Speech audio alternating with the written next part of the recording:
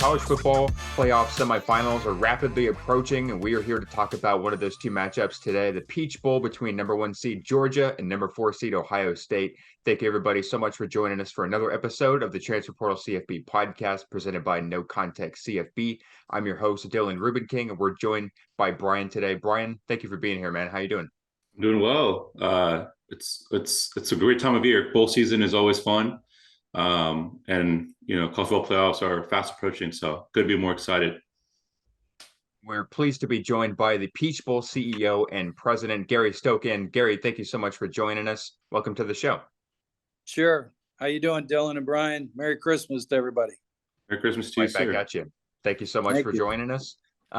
First thing we wanted to start with is just, having the title of Peach Bowl CEO and President sounds like a dream job for so many college football fans. What does your day-to-day job look like? And, being kind of the leader of college football in Atlanta and so many things there.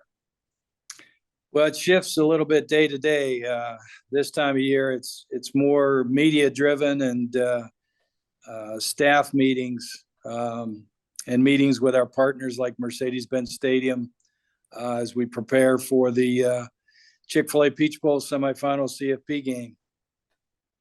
Absolutely. And when we talked back in August to preview the Chick-fil-A kickoff game between Oregon and Georgia, we talked a little bit about the Peach Bowl process and how it's kind of out of your hands around this time when it's a playoff game.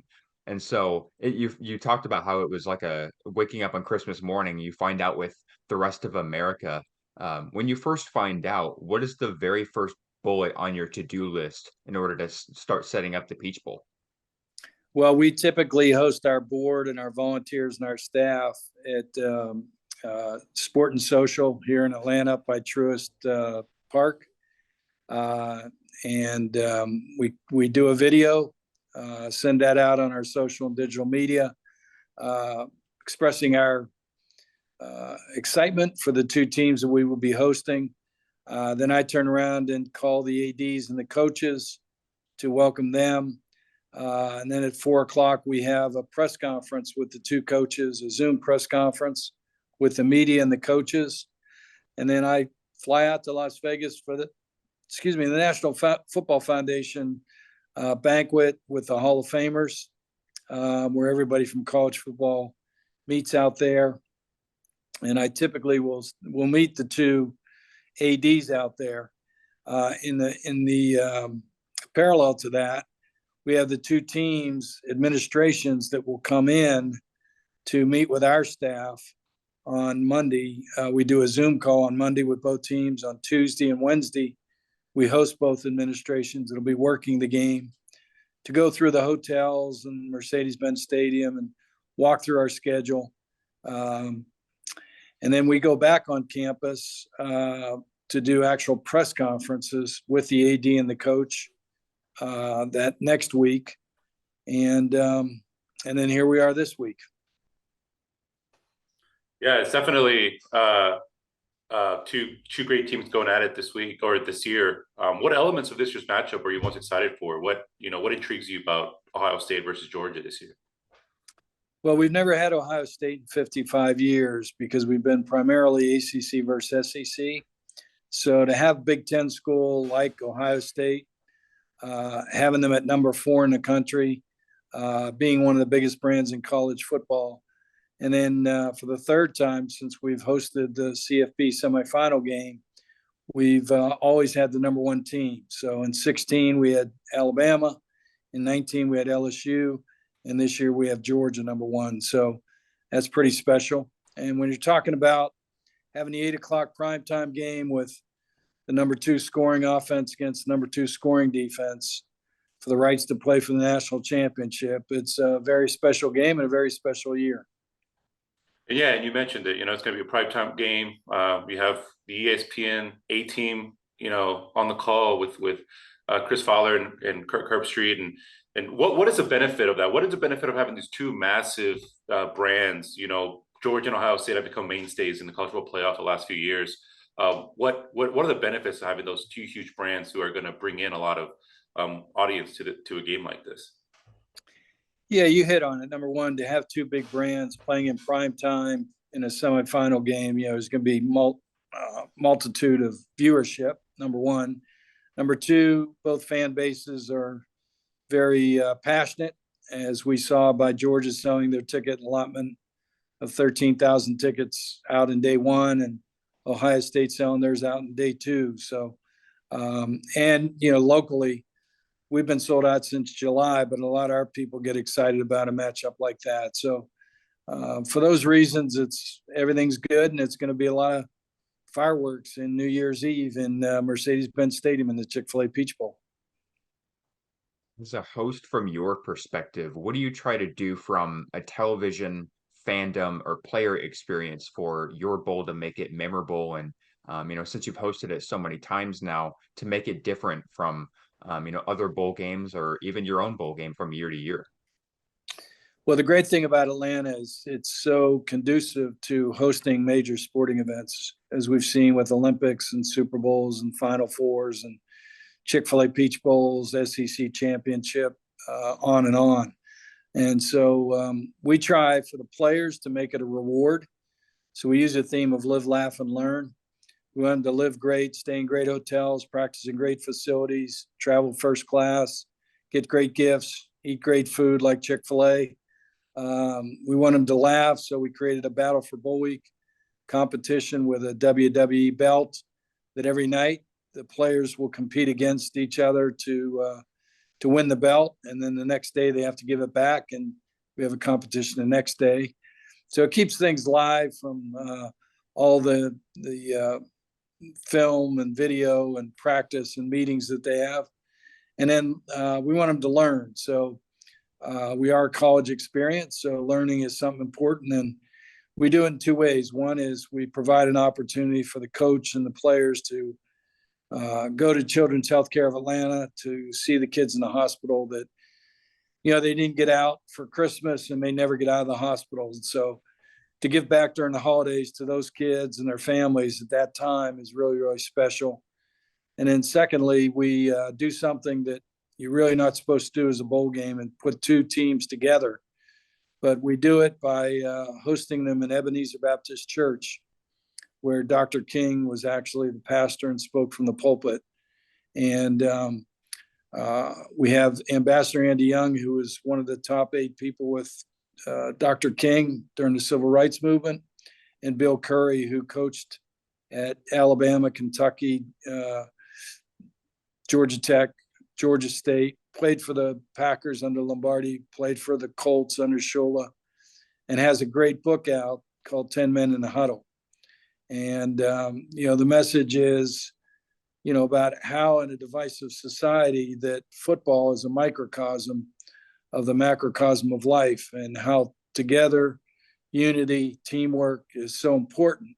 And as Bill expresses in his book, you have a black kid from Compton, LA, you have a white kid from Hills of North Carolina, you have a Jew, a Christian, a Catholic, a Muslim, all in the huddle at the same time. Well, none of those titles matter, because everybody depends on each other, and everybody, to get their job done, to be successful, needs everybody to do their job. And so it's a great message for these kids. And then, for Andy Young to talk about, what they went through at the Civil Rights Movement and how it provided a better opportunity for a lot of kids and made this country better. It's a great message, great history lesson. It's a living history lesson, really, because these kids weren't born during the Civil Rights Movement. Their parents probably weren't even born during the Civil Rights Movement. So it's a great learning opportunity that we provide as well. Yeah, it's incredible. An incredibly compelling opportunity for players and for fans as well to be there at the game. So that's phenomenal work by you and your team. And speaking of the work that's kind of in the future for you, as the college football playoff is going to be expanding very soon, what concerns might you have for the future of New Year's Six bowls being thrown into the playoff and fitting in, and having 1 week to prepare and promote your game, and the logistics around that, as opposed to having a month in advance? Like, what are some of the challenges that you might face for that? Well, the great thing in 24-25 of the existing contract that we're under with CFP, when they'll have the 12-team playoff implemented, we'll host a quarterfinal game where we'll either have number 1, 2, 3, or 4 playing against another ranked team. And at the beginning of that season in 24, we'll host Georgia Clemson in our kickoff game, which is a blockbuster way to open the season with 2 top 10 teams as well. And then at the end of that season, not only will we host the quarterfinal, but Atlanta will host the national championship game in January of 25. So a great way to start the new playoff. And then in 25's 26 college football season, we'll host 2 kickoff games with Virginia Tech versus South Carolina and Tennessee versus Syracuse. And then at the end of that season, we'll host the national semifinal again with either number 1 against 4 or 2 against 3. Yeah, and with the bigger bracket, I know a part of big reason for that is the discourse of the semifinals being, almost uncompetitive or boring. Is there optimism that a larger bracket will lead to more competitive semifinal games or more parity within the field, or even just different teams from different conferences being able to play in these types of games? Is there some optimism there that'll be the case moving forward? Yeah, certainly. I think an expanded playoff provides a bigger opportunity for more teams later in the season as well. So instead of, in the 9 years we've held the CFP, no team with 2 losses has ever made it to the semifinal game. So when you have 12 teams, teams in October, November will still have an opportunity to be in the playoff. I think that'll promote the game more across the country, number 1. Number 2, there will probably be in 26 going forward more networks, TV networks that'll participate. So you'll be able to promote the game more during the season, which will help college football as well. So yeah, I think everything is positive. More participation by players and teams is a good thing. It helps the brand of college football, which is only second to the NFL in fan avidity. And the more teams you have from east to west, north and south, it will not only promote the game during that year, but I think it'll promote the game to younger kids who in their region will see teams playing in the playoff and say, hey, I want to be a part of that. So it'll grow the game as well. Yeah, and part of growing the game too, I mean, the last 2 years we've seen a lot about is NIL and what that kind of has brought to college football. There's been other bowl games that have gotten involved with NIL, whether it's building an NIL platform for some of the players that participate in their bowls. Is there anything that you or as a Peach Bowl is doing or exploring in the NIL spaces, or something that is trying to get involved in that field?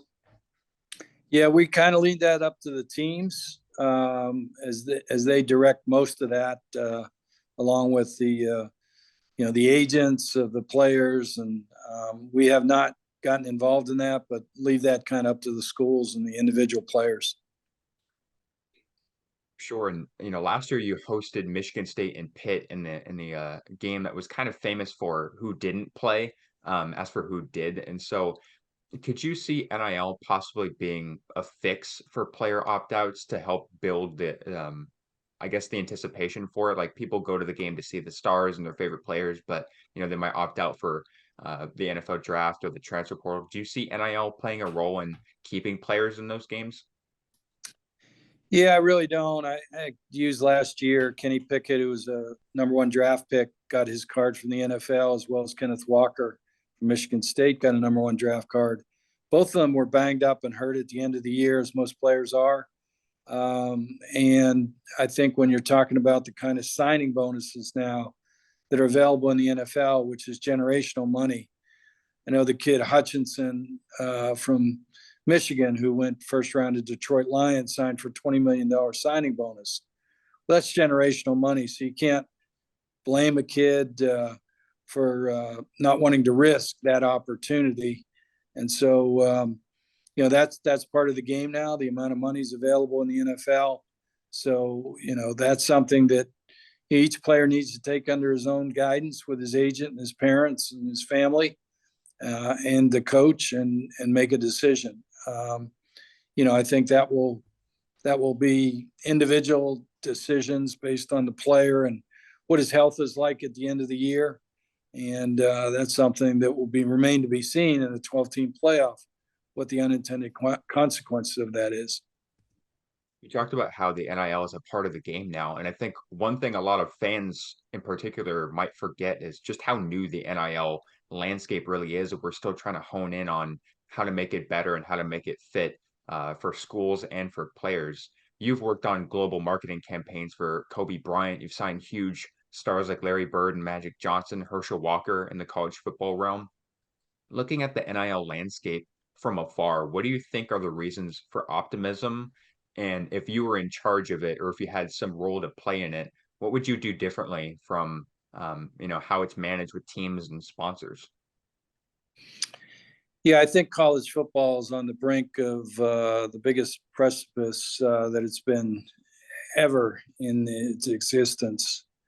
And I think we need to be very careful about how we approach the game. In my mind, the game needs a commissioner that can focus on the game and bring a vision to the game moving forward, with a board that's comprised of players, of commissioners, of coaches, of people that know the game and the sport, so that they can provide that vision and move the sport forward from a NIL perspective, transfer perspective, signing date perspective, scheduling, playoffs. There's a lot of things involved, and I think it really needs somebody focused on it. That would be my first suggestion I would make. As it relates to scholarship, I think the collectives are out of place in the game right now. I think what they should be doing is providing job opportunities for the players after they graduate. We're a college experience. And so getting that degree is awfully important, because if you take a team, let's say like Georgia, okay, let's say you had last year's team wins a national championship, 15 kids go on to play pro. How many of those kids are going to play more than 3 years? Let's say half of them, right? So you'd have half of the 15, let's say 7 of the kids don't play more than 3 years. And you had another 25 kids, let's say, that graduated last year. Those kids aren't playing pro football. They've got to get a job. And so I think as a collegiate model, what we should be concerned about is getting those kids, A, a scholarship opportunity, and B, getting them the degree, and then C, getting them a job. And I think that's something that the collectives could do with their alumni money and their donor money, because we keep pandering to the 1 or 2% that are going to play in the NFL. Well, those kids are going to do all right for themselves by signing their contract, getting their signing bonus. Let's worry about the 98, 99% of the kids, that aren't going to play professional football. And we need to get them a job and get them into society, and get them a degree first. So that's something that I would really focus on, rather than worrying about the transfer portal and NIL money and collective money. Let's get these kids degrees, because they're going to need that to get on with their life after they play college football. Yeah, no, that's very insightful and very important for sure.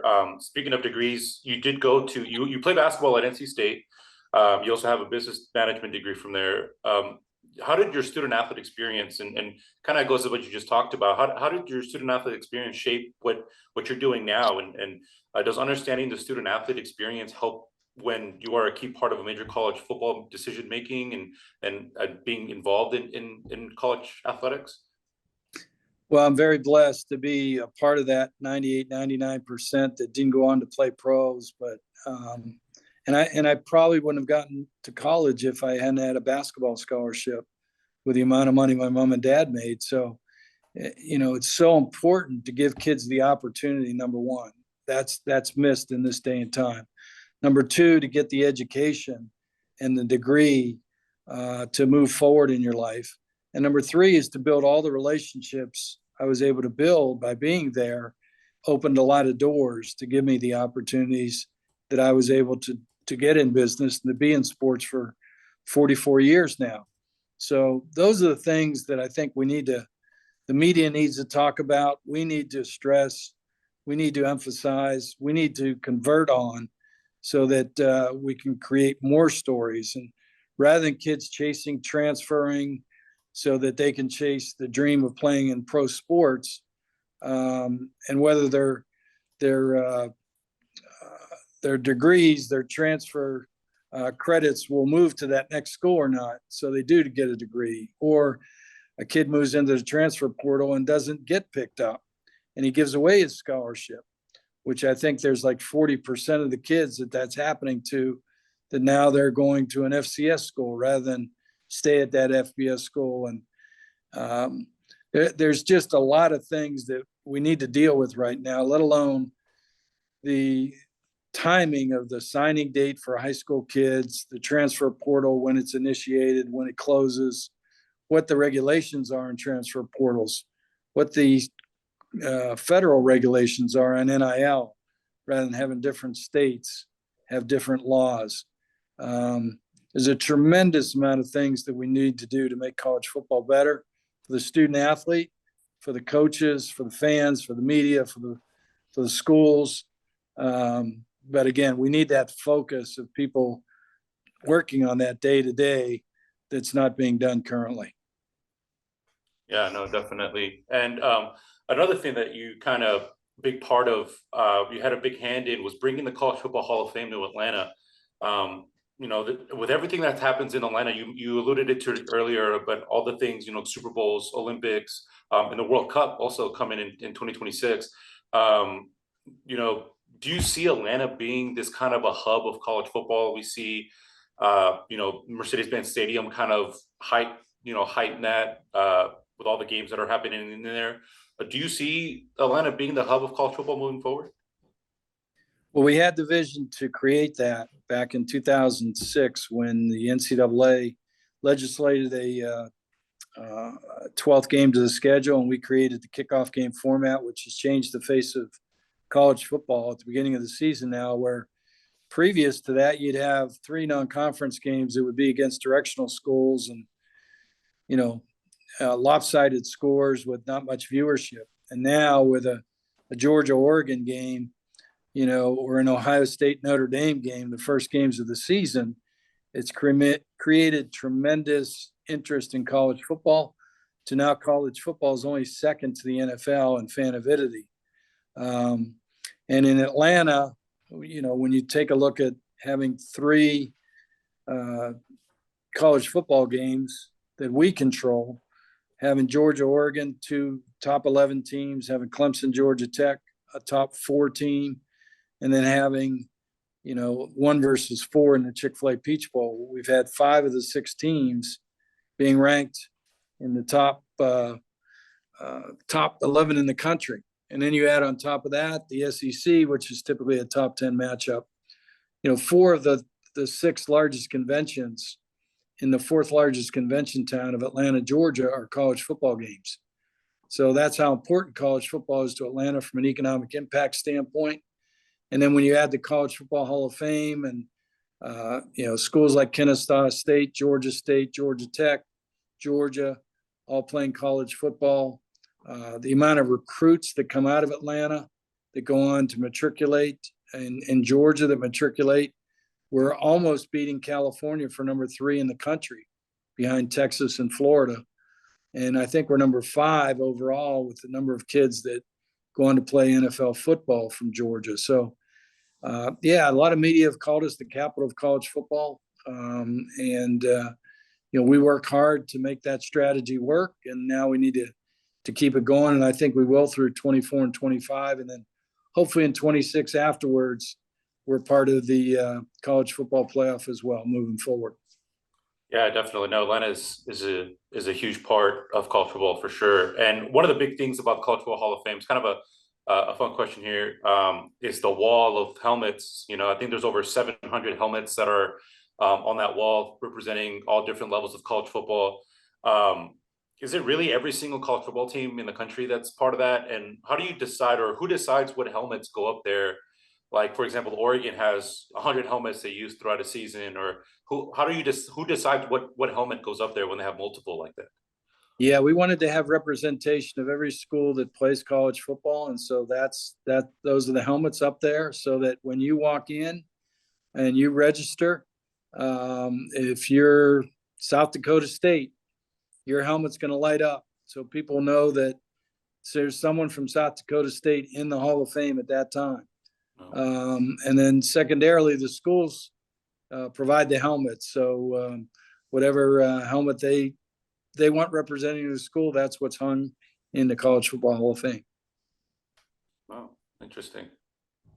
It's really exciting, and it's very personal to the fan that's walking through the Hall of Fame. I think that's something that's so special about the College Football Hall of Fame is it's very tied to the visitor, which is a lot of fun. But we know you've got a lot of work to do to keep setting up the Peach Bowl and make that in a great atmosphere. We want to let you get back to that. But the last thing I wanted to ask about, you mentioned it at the top of the show. It's the number 2 scoring offense against the number 2 scoring defense.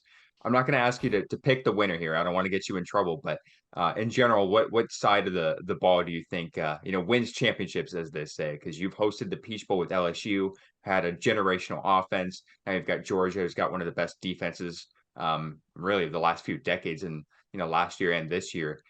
So what side of the ball do you usually lean towards when you're looking towards a team to win a game like this? Well, it's interesting. The game has changed. It favors the offense a lot more now in pro sports and in college sports. But I think the answer to your question is, at this level, and if you're going to be successful in playing for a national championship and winning a national championship, I think you need to play complementary football. And by that, I mean you need to have all 3 phases of the game locked down and be very, very competitive in all 3 phases. And if you look at these 2 teams, they play very, very good complementary football.